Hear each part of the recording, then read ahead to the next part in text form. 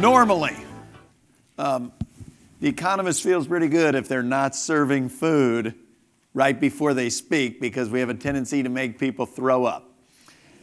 I am going to have a more optimistic message in the end than you probably would expect, because I want to perhaps not talk as much about the jobs numbers, the fiscal cliff, all of the stuff of the exact moment, and instead tell you two or three things about it's really an argument going on within the soul of the economics profession to try to explain why has this recovery not been stronger? Why has it seemed like it's been so hard to get out of the doldrums from the recession? And what does that mean 2, 5, 10 years going out into the future? There are essentially two arguments. One is rooted in what Ali just told you, that it's the view that the main driver of the U.S. economy is the consumer, that they're 2/3 or 70% or something like that of economic activity is consumer spending. And fundamentally, this explanation says we had a massive, excessive debt accumulation by consumers, as well as by government, as well as by business, largely centered on mortgages, and that the reason this is taking a long time to get out of is everybody's got to deleverage their balance sheet before they will be comfortable enough to go back to spending any money. Now, I think there is some significant component of truth to that. If you look at other countries where they've had big financial crises and had big run-ups in debt and had to deleverage, it's taken years and years before they fully recover. There's a book called This Time is Different by Rogoff and Reinhardt, and their argument is it's a 7-year process. And if you ask Carmen Reinhardt, she's not sentimental about it. They say, why do you think in any given month, why do you think the jobs numbers are bad? Because it's going to take 7 years for us to get out of this. And they say, whoa, that seems kind of grim. No, it's not grim. They think that's just how it is. This deleveraging argument is probably the most widely held view of why this is taking a long time. Whereas normally, if you have a deep recession, you tend to have a rapid rebound, the so-called V-shaped recoveries. With financial recoveries, it tends to not look like a V. They could call them an L-shaped recovery, and I try to say that's not a recovery. L-shaped is down, it stays forever. So this is, some Greek letter, which is it's very slowly coming up, some alpha psi or whatever it is. If you believe that story, that essentially the consumer can't come back until they deleverage, then it leads you down a policy angle, which is about, well, how can we write down mortgages? How can we reduce consumer debt? It also leads you down, how can you replace private debt with public debt? That at moments like that, you want to try to get things onto the government balance sheet because they have a longer time frame, and to take the pressure off consumers to make them feel better. The thing that I would caution you guys, though, is if you follow this, although everybody says that that's the explanation, and there's a certain irony to everybody insisting that previously everyone would insist this time is different. They write a book that says everyone always thinks that this time is different, and that's wrong. And now conventional wisdom is, yeah, they're right. Everyone is wrong when everyone says this time is different. Okay, there's one caution, which is there's a whole second explanation as to why this is slower. And that explanation centers on really the bubble of the 2000s, which if you look at GDP growth in the United States, unlike all the rest of the growth in the advanced world during the 2000s, and unlike virtually every recovery and expansion in the 20th century at least that we have the data, this one was the 2000s, was way heavily consumer spending driven and residential investment driven.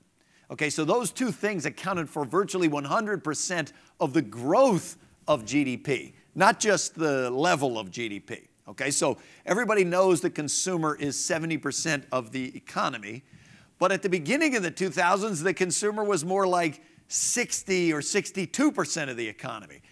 To increase its share by that much, it accounted for a way disproportionate share of the growth. The stuff that was undersized, growth of exports, growth of investment, manufacturing shrank. So there were a series of things that we did not put an emphasis on that everyone else did. Bubble pops, those are not sustainable, obviously. You can't spend more. Spending was growing faster than income, which is a different way of saying the savings rate was shrinking. And at 2 points in the 2000s, the entire savings rate of the United States was less than zero. So if you added up all the personal savings of everyone in the country combined, it was less than nothing. It's never been that way before, and that's rather clearly not a sustainable driver of growth, because you're not going to just keep driving that thing to negative infinity. If the bubble pops and you cannot go back to what you were doing before the recession began, it's virtually impossible to have a V-shaped recovery. So this recovery is not actually the slowest. You'll hear people say this is the slowest, worst recovery in 60 years. That's not actually true. It's a little faster and looks just like the recovery after the 2001 recession, which was another recession, started with a bubble that popped. Because fundamentally, the other explanation is that switching what the main focus of the economy is doing is not an easy thing to do. You're going to hear about human capital. You're going to hear about manufacturing. And the shifting from people being in construction and building houses and people making good, consumer spending being the two drivers of the economy, we got to shift. We got to retrain people for the jobs that are expanding. We need to have more export growth. We need to have more investment-led growth. We need to return to manufacturing. And those things take time. And if you look at the data, they are shifting. It's just that getting the consumer spending share from 70 back down to 62 is going to take some time, and that makes for a complicated and painful transition. A thing to be careful of in that transition, and so it's fundamentally two worldviews. The worldview one says, if we just get everybody deleveraged, we can go back to consumer spending driving the economy. And the other one says, we're not trying to go back to consumer spending being the main driver of the economy. We need to return to an export, investment, manufacturing, small business, more sustainable model of economic growth. Housing is normally about a third of the typical expansion. Tends to be more cyclical than the rest of the economy. Government is usually about proportional to its share of the economy as a share of the expansion. Government, as you know, is under massive contraction at every level, federal, state, and local, because of the budget situation. Housing, we overbuilt houses. We have 5 million vacant homes. There's not going to be a lot of construction while there's 5 million vacant homes, because it doesn't make sense to build more homes when the ones that we have there's no one living in them. So even if the rest of the economy is booming 4 or 5%, this stuff is normally 40%, let's say, of an expansion. And at most, you're getting zero from 40% of what would normally drive expansion. That's why, in this argument, the overall growth is relatively slow. And before you say, well, aren't we turning the corner on housing, which in a lot of markets it appears we are, won't that then lead us back? Can't we rely on housing? Just remember one thing. I got to turn it around backwards for you. For 70 years, you plot real house price growth minus inflation. For 70 years, that thing's growing about 0.5% to 1% a year. It's a very stable, long-term appreciating asset at a slow rate. We then enter a period of about 7 years where it grows 12% a year. Faster than the stock market. That then collapses. That was a bubble. It then collapses. We have, in most markets, or many of them, reached the bottom and it's going to start coming back up. But if your view was we're going back to the go-go days of construction, I think you're wrong. I think when this ends, we're going back to growing about 1% a year. So housing will be some contribution, but it's not going to be the outsized contribution that it was before. Okay, so what's optimistic about that? I just described to you, oh my God, so we're going to have to change what we're doing. We're going to have to export more manufacturing, shift the focus of the economy, and that's going to take a long time. It's going to cost money. We're going to have to retrain our workers. What's optimistic about that? First, there is pent-up demand that has accumulated from this period. Since the recession began in December 2007, the population of the U.S. is up some 10 million. Household formation's been close to zero. Okay, so it's not a joke to say, look, your kid is living in your basement. If history is any indicator, they want to get out of there. If they get a job, they may rent their place, they may buy a boat, whatever. They want their own place, and when they get their own place, they're going to have to at least buy crummy pots and pans, whatever. The people spend a lot of money when they form households. We've had very low household formation. Investment's been abnormally low. We have gone through a period where the dollar's been very highly valued relative to other currencies.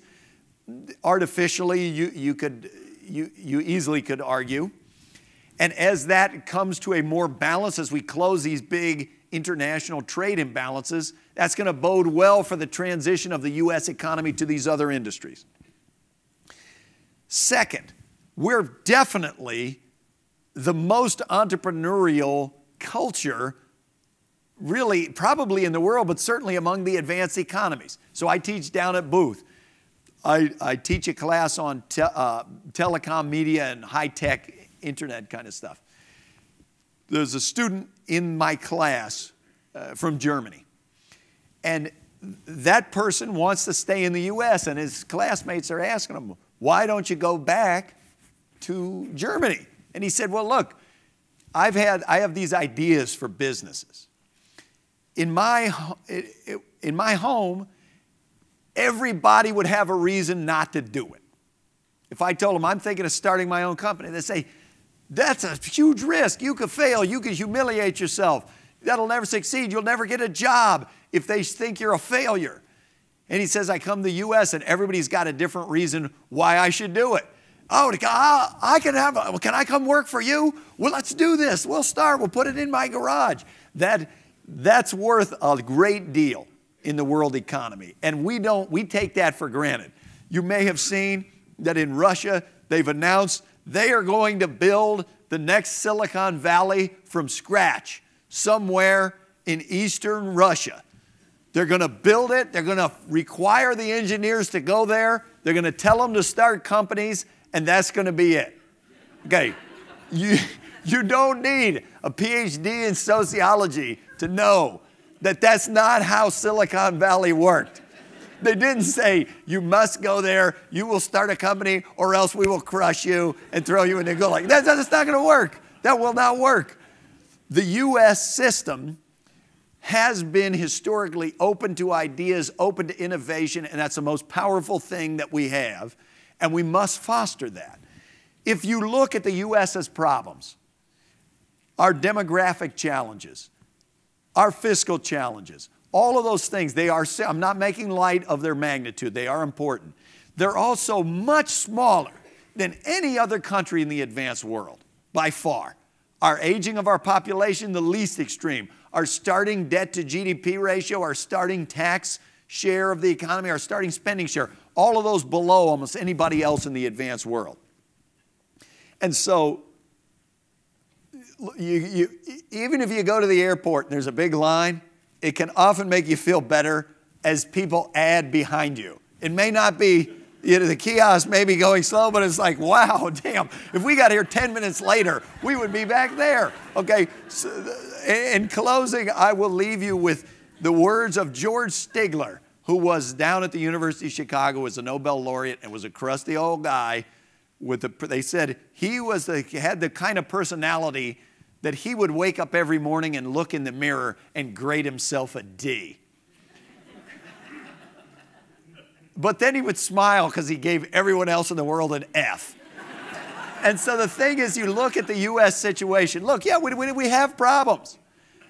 But just go look at Europe, go look at Japan, go look at everyone else. Look, they got bigger problems than we have. And if we take the maturity to address our problems head on, I think it is a manageable size. And over the next 5 to 10 years, you're likely to see some significant comeback on our part.